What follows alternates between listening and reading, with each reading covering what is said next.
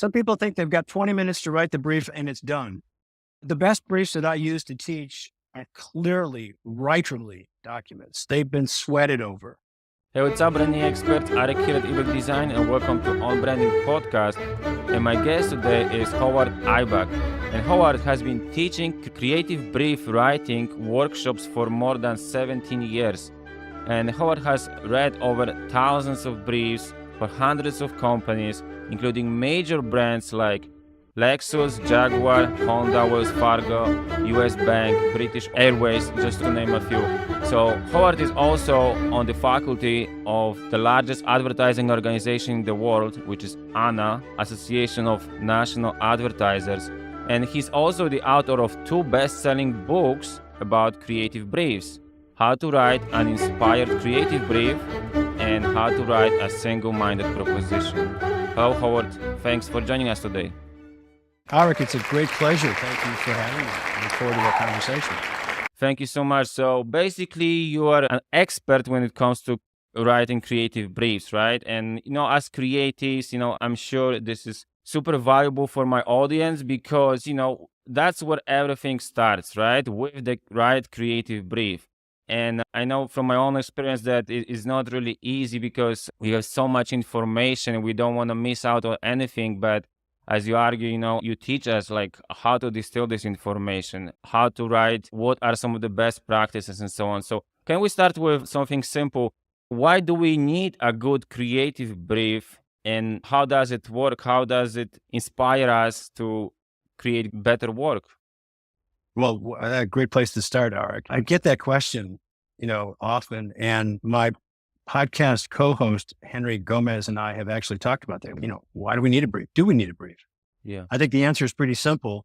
Anyone out there who has ever heard of something called the telephone game would understand why. Now, the telephone game is a childhood game where 5 or 6 of your friends sit around and someone leans over and whispers something into the ear of the person sitting next to you. And that friend then whispers what he or she thought they heard to the next person, and so on and so on and so on, until you get back to the person sitting on your other side, and they open their mouth and say what they thought they heard, and then we compare it to what the original thought was. And that's what happens sometimes when you don't have a brief. There's no agreement on what the assignment was. So in a sense, it's like a contract. The best definition I've ever come across for a creative brief, I heard just recently. A colleague said that he thought the creative brief was the emotional or visceral translation of the strategy. Meaning you got to have a strategy first. And it's surprising how often marketers used the creative process to figure out the strategy. And that's got it backwards. So you have to begin with your plan, and the creative brief is the tactical expression of that plan. So that's why we need a brief. Creatives, and I'm a former creative. Right. I was a copywriter and a creative director for 26 years. And I worked with whatever someone handed me without really knowing what a good one was. But you want the best work out of me, give me a good, clear brief. Right. That's definitely true. And so basically some of my key takeaways also, so as you already mentioned, is going to steer us into the right direction. It's like a roadmap, right?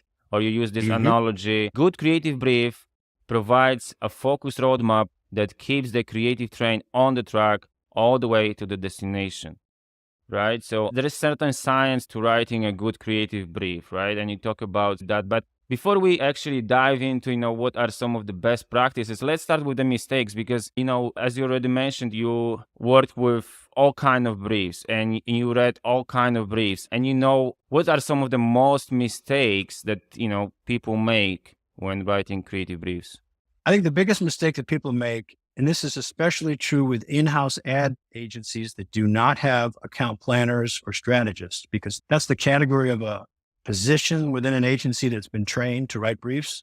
So most in-house agencies that do not have account planners or strategists make the mistake of trying to write the brief alone as a singular siloed effort.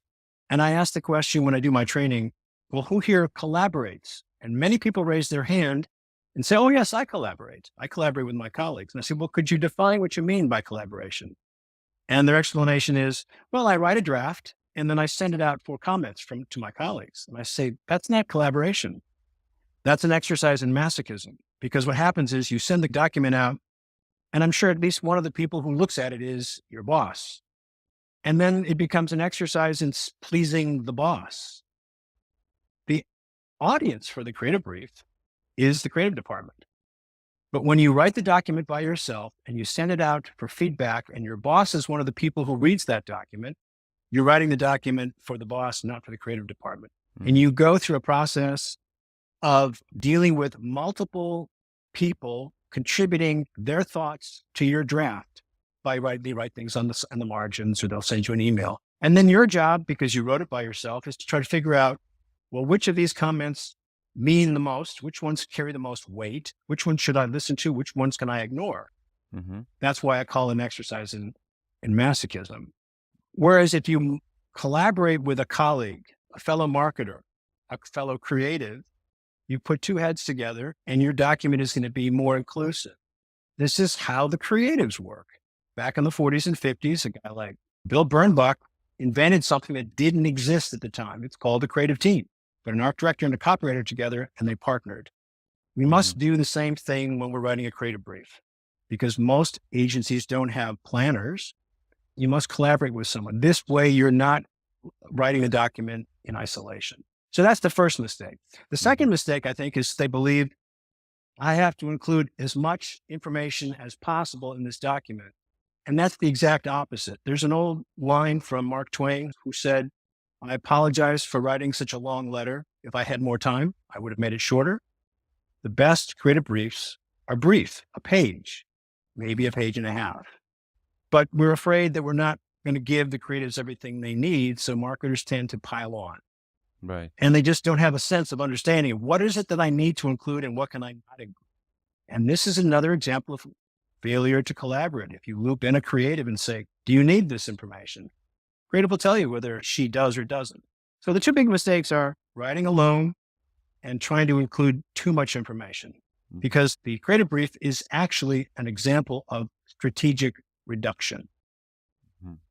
Now, there are a lot of other mistakes that they make, but those are the two biggies. Those are the two biggest mistakes. So putting too much information, not filtering the right information, that's bad. It's a chaos. It's too much. So it's an art to it, right? We need to distill the right information. We need to know what to keep, what to remove. And then the second one is just writing by yourself, not collaborating. Yeah. Yes. Big mistake. And there are some other mistakes that you're already like using jargon, right? And stuff like that. Can you explain on those mistakes? But submitting a first draft.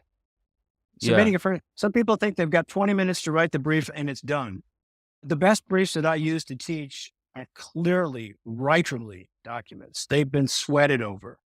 They are not first drafts. But we don't treat the document with that kind of respect. We must treat it as a writer's document that is a thinking document. So that's another big mistake.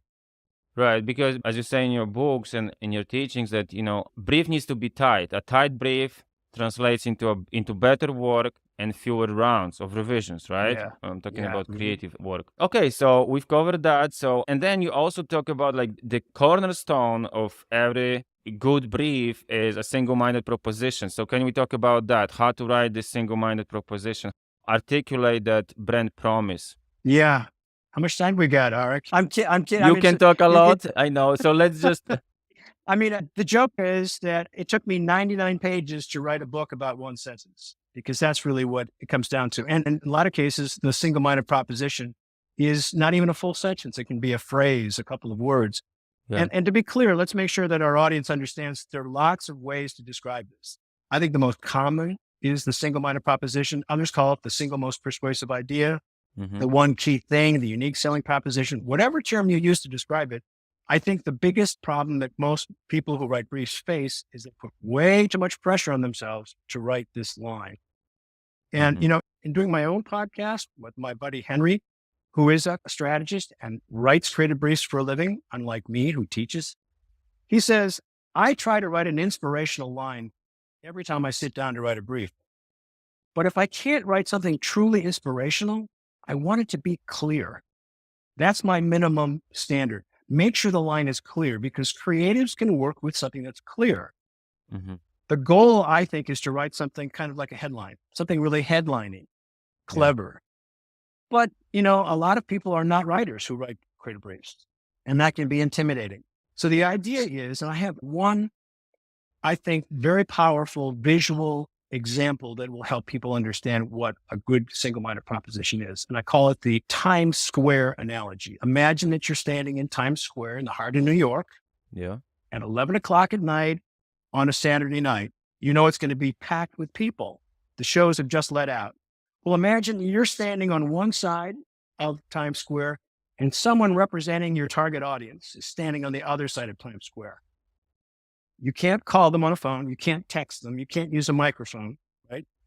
You can't use a carrier pigeon. You can't write a message down and send it by one of your friends. You've got to use your voice. Yeah. Can you say it out loud? Probably not. You're going to have to yell it. So in that environment, maddening, crazy, chaotic, how many words do you think you can speak out loud across that distance? Probably no more than 4 or 5. And you're going to have to yell at the top of your voice. Mm-hmm. So thinking of that analogy, that's what your single-minded proposition has to contain. 4 to 5 words, something that you can be easily understood by your target audience, because that's the idea of a single-minded proposition, is to give the creatives inspiration to come up with an idea that your target audience will get. Yeah. They'll understand what's the one thing, what's in it for me. And that single-minded proposition kind of captures that line. Now, as an example of how powerful the single-minded proposition can be, a very few have actually gone on to become public-facing language, what we call our advertising taglines. So, for example, maybe you've heard of this line: the milk chocolate that melts in your mouth, not in your hands. Yeah. M&Ms. For M&Ms. Yeah. That started its life as a single-minded proposition on a creative brief. Okay. It's pretty rare. It's a very rare thing, but it was a very clever line, but it also was very clear. And that birthed a major campaign. So I say, if you think you've got the chops, write a headlining kind of a single-minded proposition and think of that Times Square analogy. That's the environment that you're working in. The line is for the creative department. It's not for the public. But sometimes if it's really well done, it can become a public-facing line. And that's a lot of information to absorb in just a minute. It's a very powerful line, but it's a very difficult line and people get very intimidated by it. Yeah. It's definitely a challenge to write something, like to concise all this information into a very few words, as you mentioned. And I love this analogy. So obviously, when you're screaming, you cannot scream out a lot of, long sentences. So you need to limit No that. paragraphs.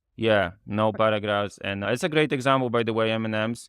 Okay, so awesome. So you teach people how to write creative briefs. You dive into details. You have workshops on your website, right? Your website is creativebriefworkshops.com. You also co-host a weekly podcast about creative briefs as well, the Brief Bros that you already mentioned. So I encourage you guys who are listening to check out the website, to check out this podcast, to learn more. And if you want to check out the workshop, I encourage you to do that. And of course, you have 2 books, right? We're going to link to the books as well. And where do we connect with you? What's the best way? Are you active on LinkedIn, on social media? Yeah, LinkedIn is probably my most used social media. I do have a YouTube page where we host our episodes of the Brief Brothers. The website, creativebriefworkshops.com. If you work for a company that is a member of the ANA, the Association of National Advertisers, I'm on the faculty with the ANA and I can do workshops for your company if you're a member. If you work for a company and you're not a member of the ANA, then you can reach me through my website. We can do very, very small group workshops through the website, which I do on Zoom. So there are lots of ways. Plus I have a blog. I write a weekly essay. So there are lots of ways for you to connect with me. Yeah, there is a lot of great information on your website. So thanks for your time. I really appreciate that. My pleasure, Arek. It's been a great fun for me to talk to you about the brief. Thank you.